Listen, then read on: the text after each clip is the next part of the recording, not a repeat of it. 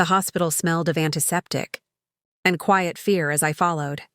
The nurse down the long corridor toward the ICU. My hands trembled, clutching the small stuffed rabbit I had bought for my daughter that morning. Machines hummed behind glass walls, and every beep felt like a countdown. I was not prepared for what I might see, not prepared for the possibility that my little girl might not open her eyes again. Just before we entered the room, the nurse gently touched my arm and leaned closer.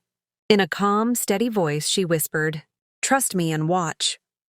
Her words were strange, almost out of place in a moment filled with panic, but something in her eyes made me pause.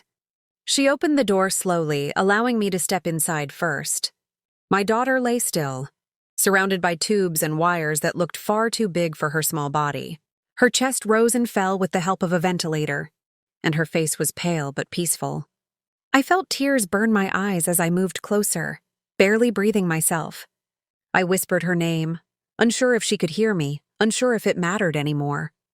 The nurse stepped beside me and quietly adjusted one of the monitors. She nodded toward my daughter and motioned for me to keep watching. For a moment, nothing happened.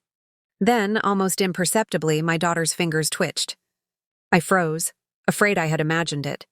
But then her hand moved again, slowly curling as if searching for something familiar.